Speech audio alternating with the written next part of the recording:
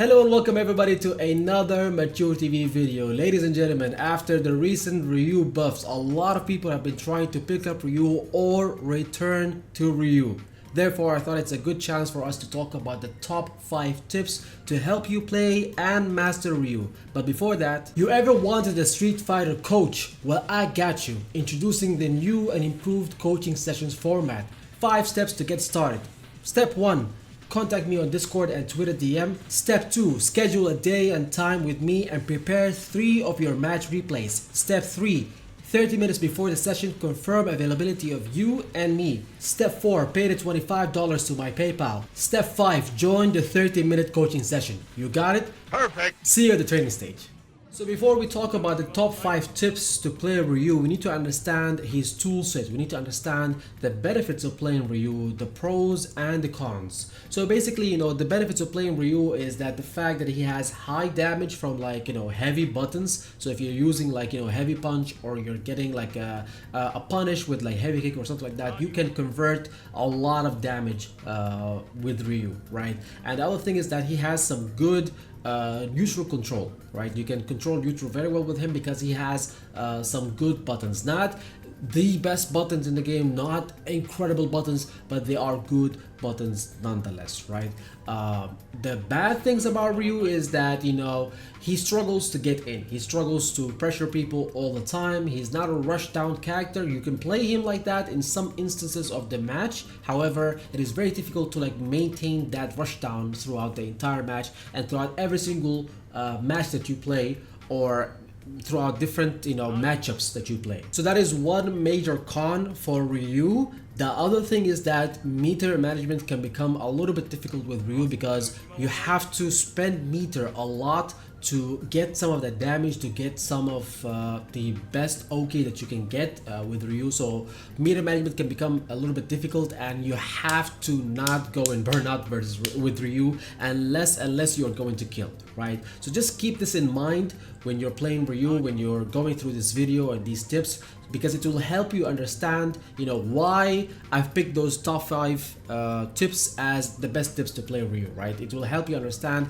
and utilize RYU's tools in the best way possible. So tip number 1, maintain mid-range. The reason why you want to maintain mid-range, you don't want to be over here, you don't want to be over here very much. Of course you want to be here when you're applying pressure, when you have OK, but not in neutral, right? You want to maintain mid-range.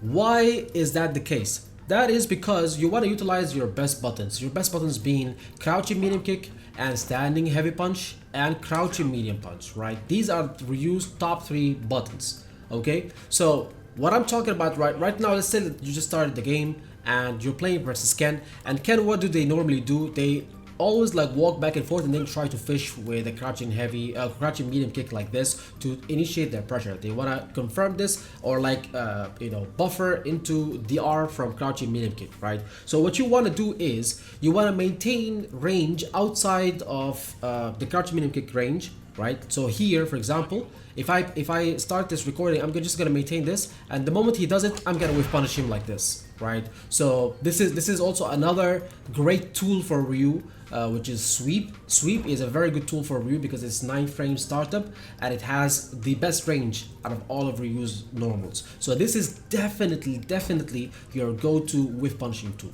right? So by maintaining this mid-range, I enabled myself to whiff punish him, and then from there I can start my pressure. Like if he just does this, I can just dash up and now I'm in front of his face, and now I can start my own pressure, right? So that is one way to get over RYU's con, or RYU's bad aspect, which is, as we said, maintaining pressure or getting into an opponent. So this way, if you practice maintaining mid-range or staying outside of the opponent's best normal, that way you can just rely on with punishing and then get in and attack them. The same case happens with standing heavy kick, because standing heavy kick is also another good tool for Ken. So they always use it in neutral like this. So for example, if I'm playing versus Ken and I'm maintaining this exact same range, and he keeps on doing standing heavy kick like this, I can immediately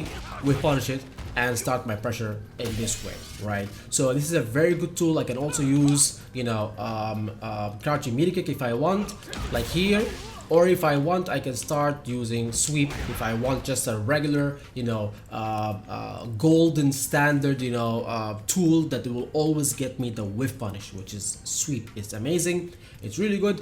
Don't think that, oh, it's just, you know, a little bit of damage, it's bad. No, it's not bad. It's really good because it's reliable. It gets you it gets the job done, right? But if you want to get extra damage, if you want to get, you know, if you're very good in spacing, you can space yourself correctly, so then, you know, you can utilize shorter normals like heavy punch and get better damage, better oki and whatnot.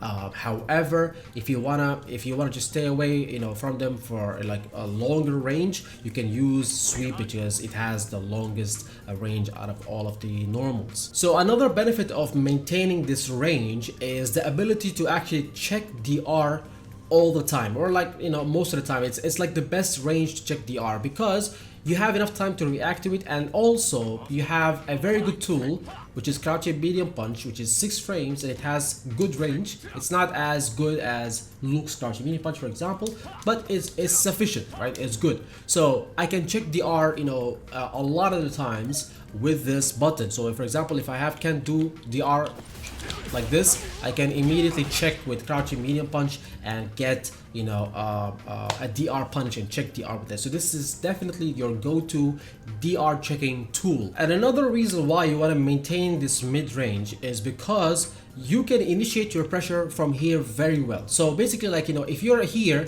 I can immediately just like press crouching medium kick like this and start, you know, my pressure with drive rush immediately, right? So that is a very good way to like start your pressure. If you want, you can do this, you know, light punch or you know, medium punch, you know, or heavy punch also, and get a very good conversion from this. However, you can also utilize, you know, standing heavy punch from this range, and you can confirm it on reaction. So for example, if it's hit, I can drive rush and confirm it. If it's blocked, I don't have to confirm it. So this is a very important tool for RYU that you can utilize from this. So maintaining the mid-range and getting in to enable standing heavy punch to not whiff, enable it to, you know, connect with the opponent is very, very crucial for RYU. Because that's how you initiate your pressure. That's one of the best ways to initiate your pressure. Yes, it's a 10 frame attack, but it has some good range, and of course, as we said, it's confirmable. So if it's a hit, you confirm it. If it's blocked, I don't confirm it, right? So other than that, I can use crouching medium kick. Other than that, I can also you know, buffer, you know, crouching medium punch into DR like this. So if my opponent just like walks up into it or something, I can immediately just like, you know, get like a drive rush, you know, cancel out of the crouching medium punch like this. So this is a very good place to stay in. The mid-range is RYU's best place. And that brings us to tip number 2, which is utilizing the DP Oki, which is a Shoryuken Oki, right? So the reason why you want to maintain this mid-range is because if somebody jumps on you, you can react and you can DP them, and your DP is not gonna whiff, because RYU's main tools are his fireballs and his DP, right? So you want to utilize this. And what's the best way to utilize this is to anti-air people with DP and then drive rush afterwards to continue your pressure. So for example, right now, if I'm maintaining this pressure, this, you know, range with RYU versus Ken, I can always DP, and then afterwards I can drive rush and start my pressure from there.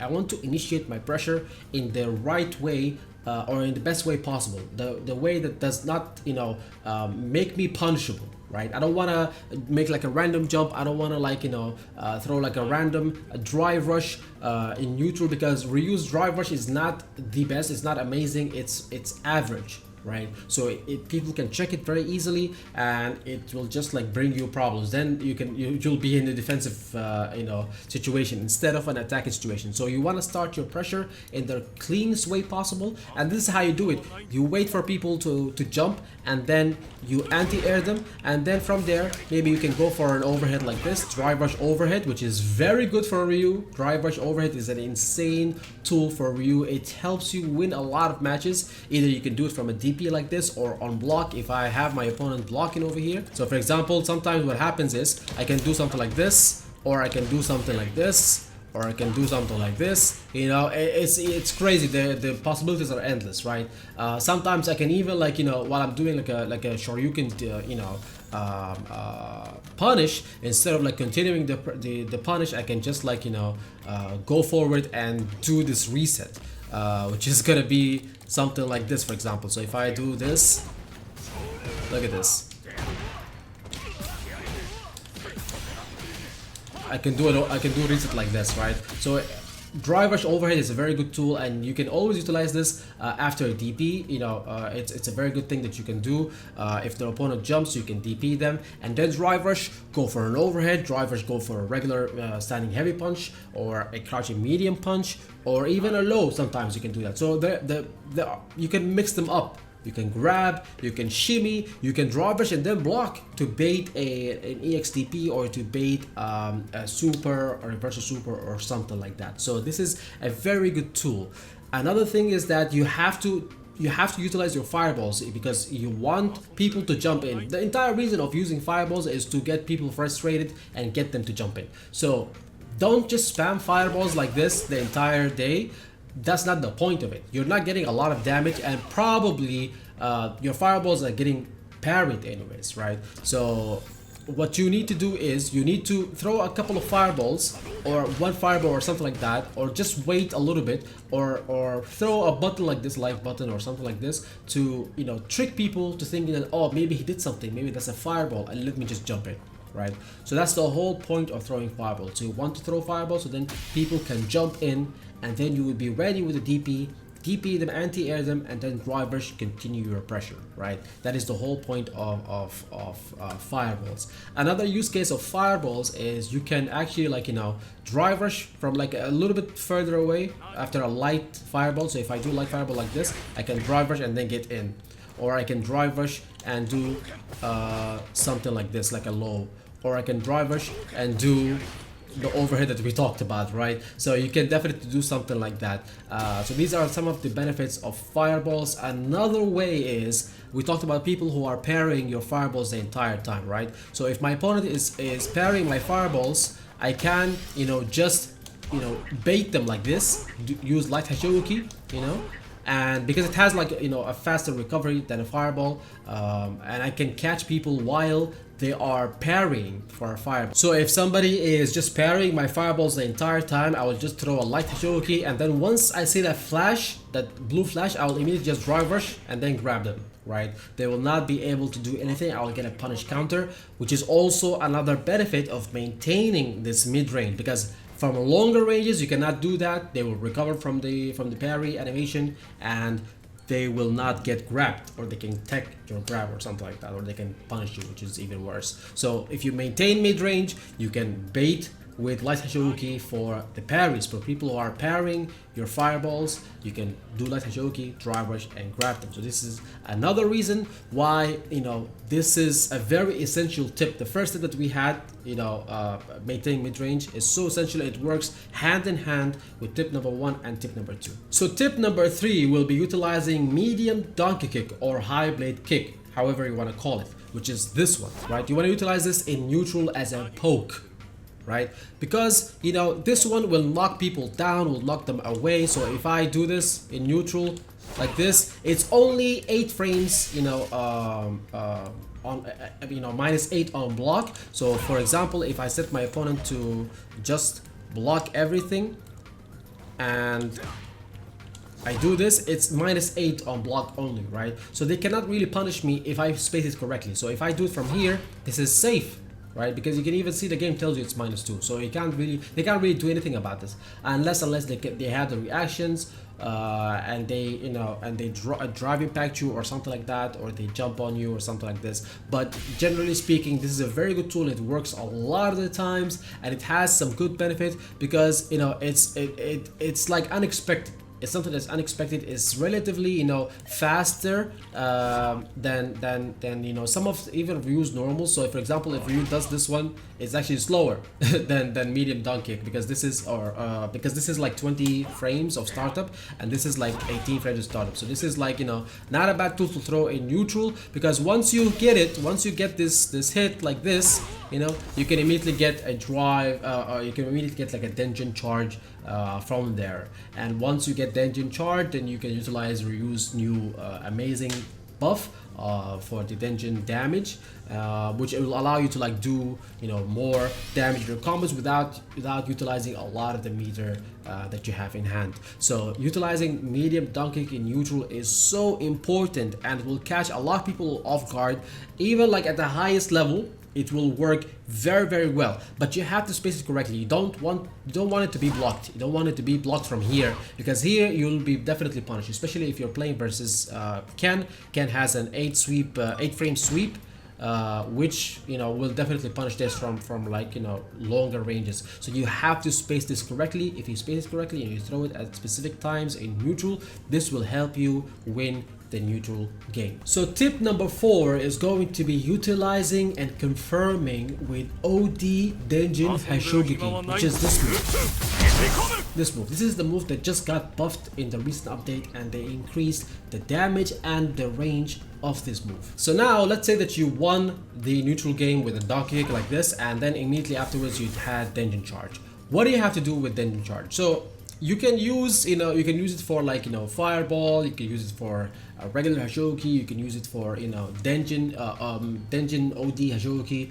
However, I think right now with the buffs, the best way to use this is to use it in OD Denjin Hashogeki. So because, you know, it deals a lot of damage, a lot of damage, sometimes even optimal damage, with minimal, you know, meter usage. So for example, let me just show you something. So if I use this one, if I use this combo,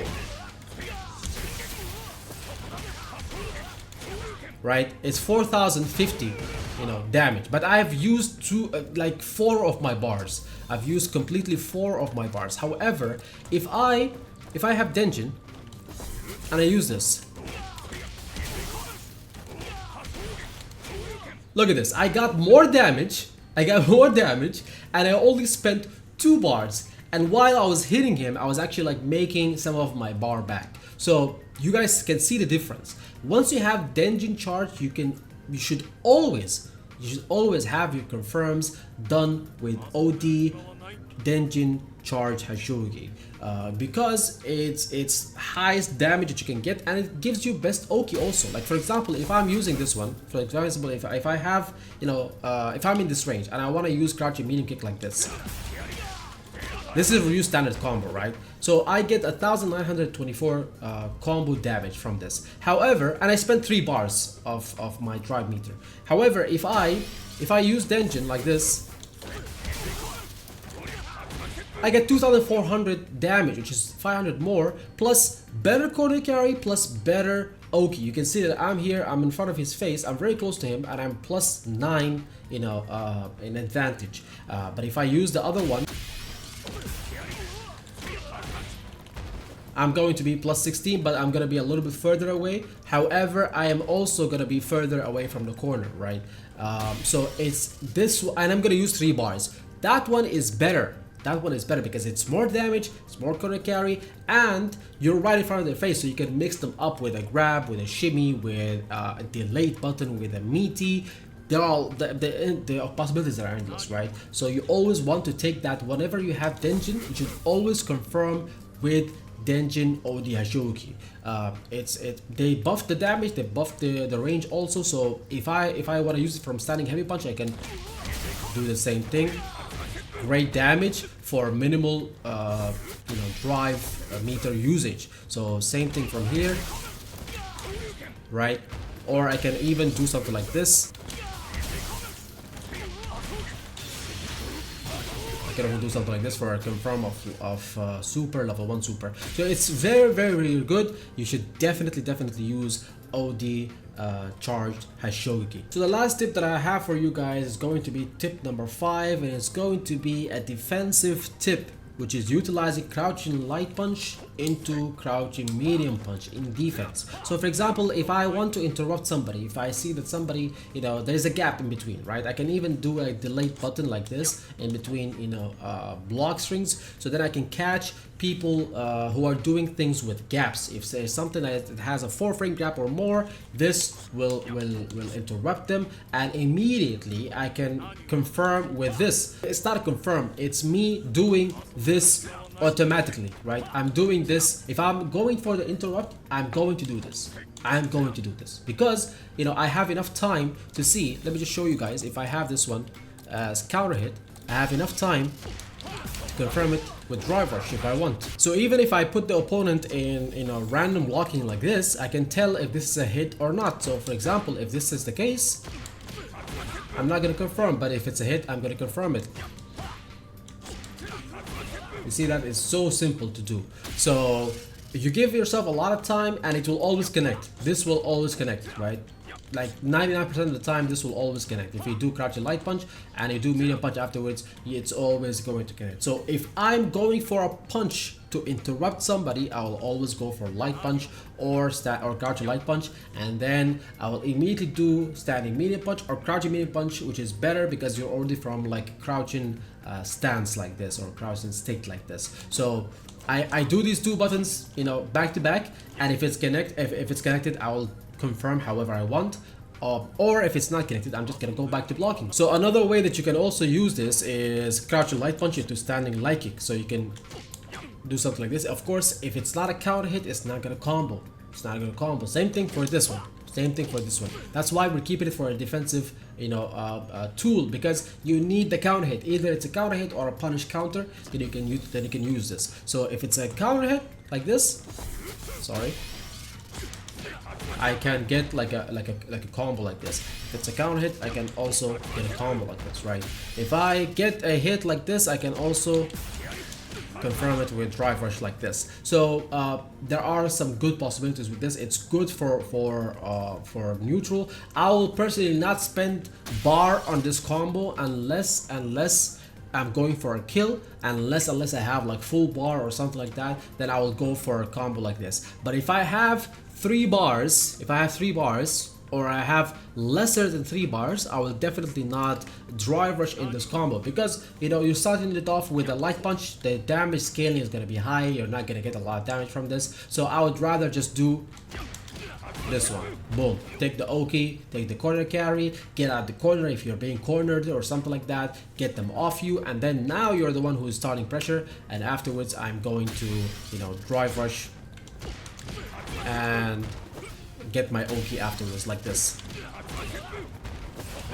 right? So I'm gonna get my Oki like this afterwards. So it's very good tool. It's a very good tool to use. You have to, you know, be able to interrupt people in the correct way. You don't want to get like random hits that don't translate to anything significant, that don't translate to anything that's meaningful for you. Yes, you got the punch, but what did you do with it? Did you like convert it? Did you like, you know, utilize it in the best way possible? No. But if you keep doing this, boom, boom, these 2 hits like that, it will automatically, you know, allow you to be in a good position to confirm or block afterwards, enabling you to get out of that, you know, sticky situation or that tricky situation where you are being, you know, pressured in the corner, or you're being pressured in a block string. Let me just show you one of the examples of here. So if you see Ken doing this one with heavy Jinrai, you can interrupt it in between. So